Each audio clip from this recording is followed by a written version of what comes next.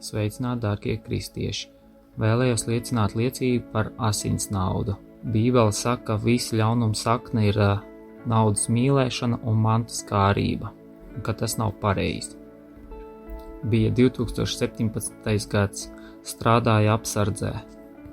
Darbs maz apmaksāts, vajag vērot cilvēkus visu laiku, un vai nav nekārtības zālē. Nebija vistrakākais no objektiem salīdzinājumā ar Origo, kas ir viens no trakākajiem objektiem, kur apgrozās visa sabiedrības elite pēdiņās. Darbā vajadzēja ik pa laikam cīnīties ar zagļiem un agresīviem alkoholiķiem, kā arī ar cilvēkiem, kuri vienkārši nāk parādīt agresiju.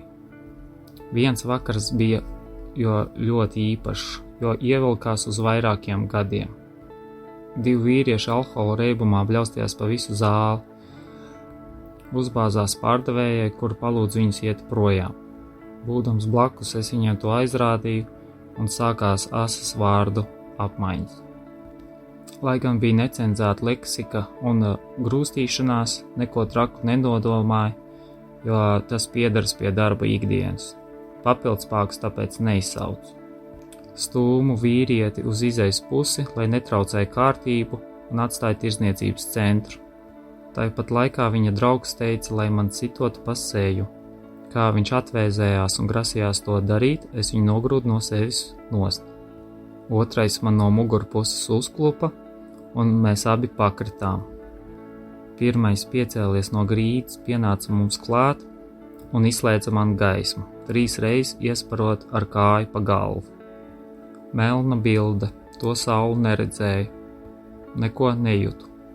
Atapos slimnīcā, kur gādīgi ārsti man bija salāpujuši galvā situšo brūci, uzlikuši šos un teikuši, ka man paveicies. Pateicība Dievam, ka netiku nogalināts un nebija neviens pats izzobs. Ārsti prasīja, vai vēlos palikt slimnīcā vai doties uz mājām, jo ir smadzeņu satricinājums. Es vēlējos izrakstīties, lai dotos uz darba vietu un noskaidrotu, kas notika tālāk. Kolēģi apskaidroja ierakstu un izskaidroja situāciju. Mani pārsteidz līdzcilvēku atsaucība. Galveno agresoru pirmā skrēja ķert sieviete, un tad pārējie veikala apmeklētāji.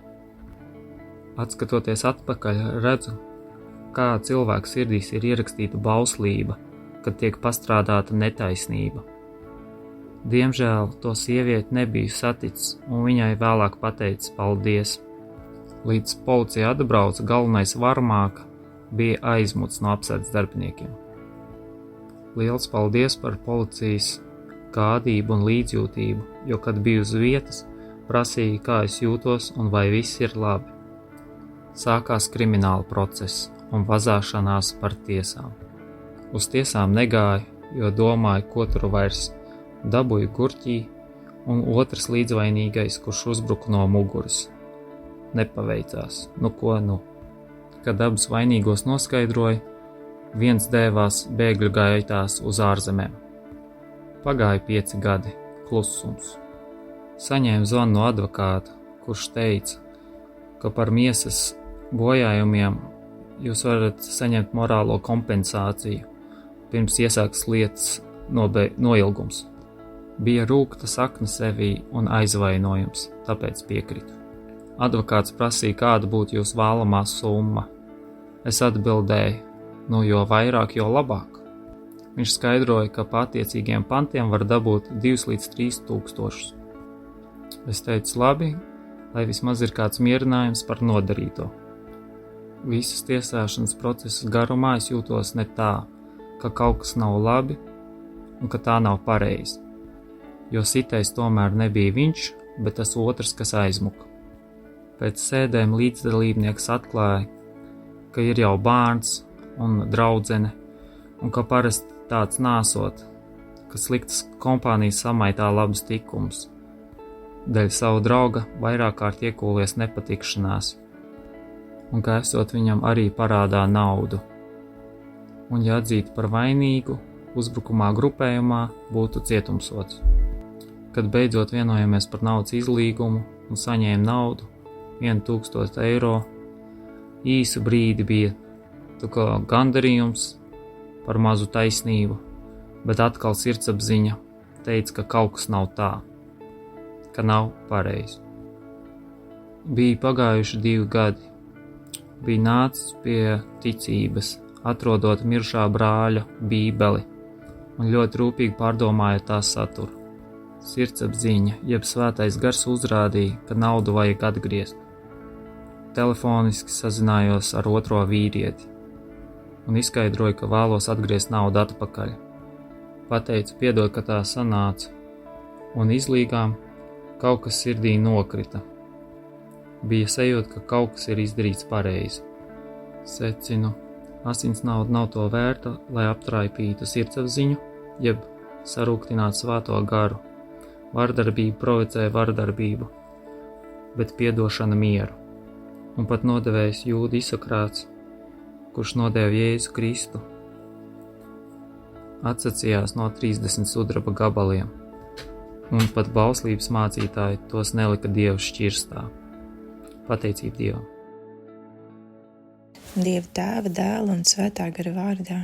Jā, debes Tēti, paldies Tev par šo dienu. Jā, paldies, ka varam piedzīvot šo dienu ar visiem tās notikumiem, ar darbiem un atpūtas brīžiem. Jā, un slavu Tēvs, ka Tu esi mums līdzās, ka Tu mūs sargā, ka Tu par mums rūpējies, un arī, ka Tu pieved mums kādus cilvēkus, kuri arī par mums rūpējās un nepaliek vienaldzīgi. Paldies, ka Tu veido mūsu sirdis tādas, ka tās var atsaukties viens otru vajadzībām. Jā, ka mēs jūtam sirdī aicinājumu palīdzēt vai iestāties par kādu, kuram tas ir nepieciešams. Un paldies Tev, Dievs, par dzīvības dāvanu. Paldies, ka varam būt dzīvi, ka esam. Jā, un Dievs dod, ka mēs spējam arī novērtēt savu un citu dzīvību, veselību. Jā, ka spējam nekaitēt ne sev, ne citam, un piedod mums, Dievs, par tiem brīžiem, kad mums tas neizdodas, kad mēs savā ievainotībā vai neapdomībā nodaram kādam pāri. Jā, piedod, ka mēs kādā mirklī esam ielaiduši savā sirdī vai savā prātā kādas domas, kas mūs piesārņo, jā, kas mūs ieļauno. Jā, es lūdzos, ka mēs katrs varam sargāt savu prātu un savu sirdi no ļaunām domām, ļaunām vēlmēm, ļaunām rīcībām, ka mēs varam atturēt sevi, un ka mēs arī varam nākt Tavā priekšā un nožēlot savus grēkus un atdot Tev, Dievs, to, kas mūs ir ievainojis, lai tas tālāk nenestu postu ne mums pašiem, ne kādam citam. Jā, un paldies Tev, Kungs, ka Tu arī mums parādi, ka Tu par mums gādā un ka no Tevis nāk viss, kas mums nepieciešams, ka mums nekas netrūks. Ja mēs sekosim Tev, paldies, ka Tu māci līdzsvaru starp garīgām un materiālām vērtībām. Paldies, ka Tu māci mums kā nopelnīt un kā lietot nopelnīto, lai tas ir par godu Tev, lai tas arī nes kādu labumu ne tikai mums pašiem, bet arī citiem mums apkārt. Mūsu Tēvs debesīs, svētīts lai top Tavs vārds, lai nāk Tava valstība, Tavs prāts, lai notiek kā debesīs, tā arī virs zemes. Mūsu dienascho maizi dod mums šodien, un piedod mums mūsu parādus. Arī mēs piedodam saviem parādniekiem. Un neieved mūsu kārdināšanā, bet atpestī mūs no ļauna, jo Tev pieder valstība, spēks un gods mūžīgi mūžos. Āmen. Lai mūsu svētī un pasargā visu spēcīgais Dievs Tēvs, Dēls un Svētais Gars.